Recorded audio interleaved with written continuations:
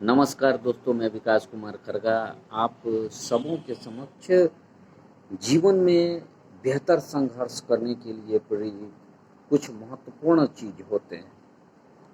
सबसे महत्वपूर्ण चीज है कि हमें हर आपदा को, हर चुनौती को अवसर के रूप में बदलना चाहिए। दूसरा है कि हमें हार नहीं मानना चाहिए। तीसरा है कि हमें अपनी कार्य को ईमानदारी से मूल्यांकन करना चाहिए, पूरे निष्पक्षता के साथ। और हमें मानसिक रूप से दृढ़ होना चाहिए। दोस्तों, सर्वप्रथम हम देखें कि हमें चीज़ों को, आपदा जो है, जो हमारे जीवन में जो समस्याएं हैं, चुनौतियां हैं, निराशा है, वह हमेशा बनी हुई रहती है। हमेशा हम चुनौतियों से जूझते रहते हैं, लेकिन हमें इन चुनौतियों से निपटने की ज़रूरत है।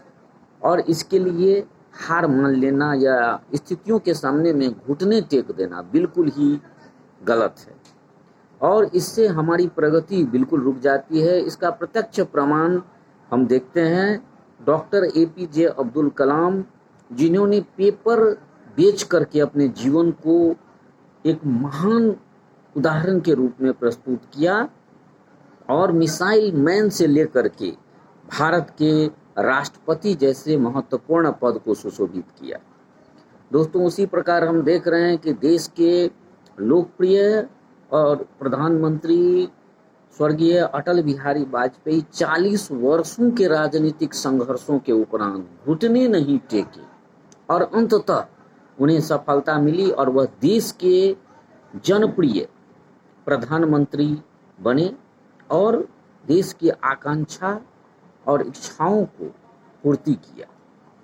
इस प्रकार अनेक ऐसे लोग हैं जो यह हमें बताते हैं कि किस प्रकार चुनौतियों, निराशाओं से निपटना हमें चाहिए। दूसरा है कि हमें हार कभी नहीं मानना चाहिए।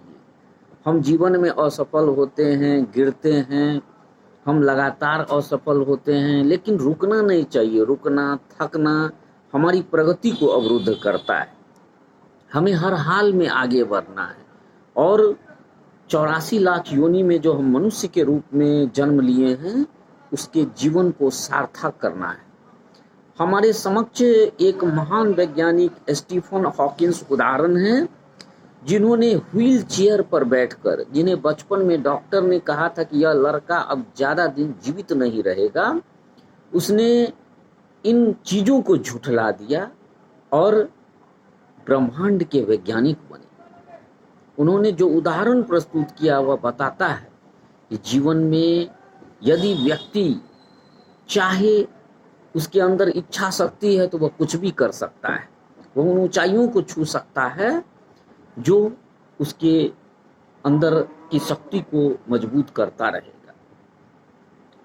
तीसरा जो महत्वपूर्ण चीज है दोस्तों, वह है ईमानदार विश्लेषण। निष्पक्ष और तटस्थ विश्लेषण व्यक्ति को अपने कार्यों का करना चाहिए। व्यक्ति खुद जानता है कि वह जो कार्य कर रहा है वह कितना सही, कितना गलत है। यदि वह अपने कमियों को धीरे धीरे दूर करे और अपनी ताकत को, जो हर मनुष्य के अंदर कमियां और ताकतें होती है, यदि वह अपने ताकतों को बढ़ाता है, शक्तियों को बढ़ाता है और कमियों को धीरे धीरे दूर करता है, तो निश्चित रूप से वह जीवन में सबसे सफल व्यक्ति की श्रेणी में आ सकता है।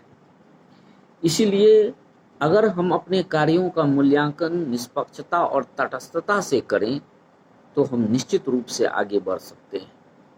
और सबसे इम्पोर्टेंट चीज है मानसिक दृढ़ता।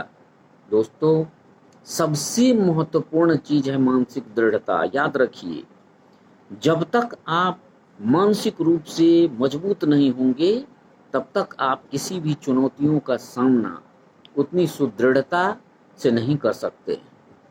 और दिमागी लड़ाई सबसे ज़्यादा इम्पोर्टेंट है, चाहे परीक्षा के फील्ड में हो, क्रिकेट के मैच में हो, चाहे अन्य चीज़ों में हो।